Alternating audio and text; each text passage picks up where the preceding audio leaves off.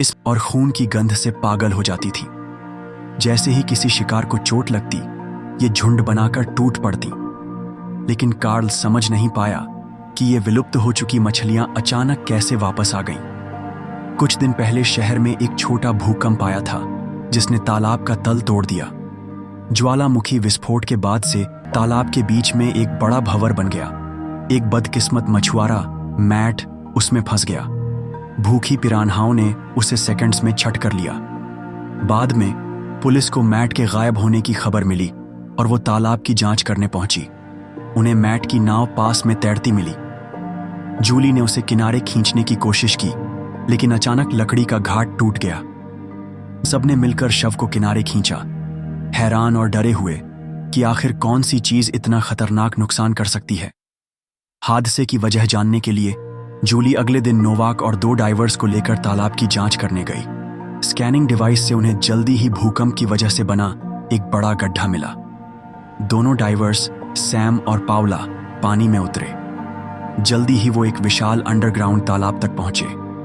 Safety के लिए Paula गड्ढे के मुहाने पर रुकी, जबकि सैम गुफा में और गहराई में चला गया।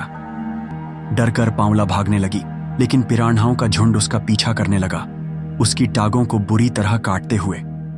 डाइवर्स को खतरे में देख नोवाक तुरंत पानी में कूद पड़ा, लेकिन तब तक देर हो चुकी थी। जब पाउला को नाव पर खींचा गया, उसका निचला शरीर में आ जाए तो क्या होगा। कार्ल की बात सुनकर जूली को समझ आ गया कि वो लोग भारी मुसीबत में हैं, क्योंकि उसी दिन शहर का एनुअल वाटर फेस्टिवल था। जूली अपनी टीम के साथ तुरंत वहां पहुंची। वहां ढेर सारे टूरिस्ट्स जमा थे, पार्टी मोड में। पुलिस ने चिल्लाकर लोगों को पानी से बाहर निकलने को कहा, लेकिन शोर इतना था कि कोई सुन ही नहीं रहा था। डिप्टी फालोन ने हवा में गोली चलाई और चिल्लाया, शेरिफ ने इमरजेंसी डिक्लेयर कर दी है, और पानी में कूद पड़ी। जूली ने लाउडस्पीकर पकड़ा और फिर से चेतावनी दी, लेकिन तब तक पिरान्हाएं शोर की वजह से पहले ही आ चुकी थीं। एक बदकिस्मत औरत पहली शिकार बनी।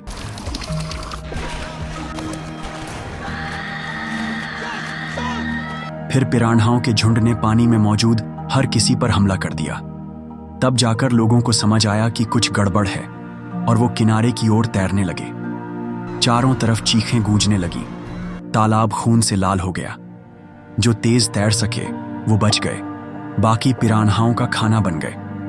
पुलिस बेबस थी, बस जितना हो सके लोगों को बचाने की कोशिश कर रही थी। तभी मंच टूटकर पानी में गिर गया। इमरजेंसी में नोवाक ने एक जेट स्की पकड़ी और पिरान्हाओं पर गोलियां चलाते हुए टूरिस्ट्स को बचाने लगा। डिप्टी फालोन ने और बहादुरी दिखाई। उसने एक नाव का प्रोपेलर तोड़ा और पानी में डाल दिया, जिससे ढेर सारी पिरान्हाएं मर गईं। लेकिन फालोन भी इन अनगिनत मछलियों के सामने ज्यादा देर नहीं टिक पाया और हार गया। जब सब शांत हुआ तो पार्टी का सीन भयानक था। चारों तरफ कटे हुए अंग और शव बिखरे थे। उसे बचाने के लिए एक चप्पू पकड़ा, लेकिन पिरान्हाओं ने उस पर भी हमला कर दिया। आखिरकार उसे बोट पर खींच लिया गया, लेकिन उसका निचला शरीर टुकड़े टुकड़े हो चुका था। खून की कमी से उसकी मौत हो गई। और बुरा ये कि केली, जिस पर जेक को क्रश था, केबिन कोई रास्ता न देखकर उसने जूली को फोन किया। जूली और नोवाक जल्दी पहुंचे, लेकिन चट्टानों के डर से जूली को नाव थोड़ा दूर रोकनी पड़ी। उसने जेक को एक रस्सी फेंकी। जेक ने रस्सी का सिरा बांधा और जूली रस्सी के सहारे बोट तक पहुंची। केबिन में केली के फंसे होने की बात, लेकिन स्काईलाइट नहीं खुला। दूसरा रास्ता पानी और पिरान्हाओं से भरा था। कोई चारा न होने पर जूली ने पहले डैनी, जैन और लॉरा को नाव पर ले जाने का फैसला किया, लेकिन उन्होंने गलती कर दी। चारों को एक साथ रस्सी पर नहीं जाना चाहिए था, ज्यादा बड़ी है। तभी एक विशाल पिरान्हा पानी से उछली और नोवाक को पूरा निगल गई।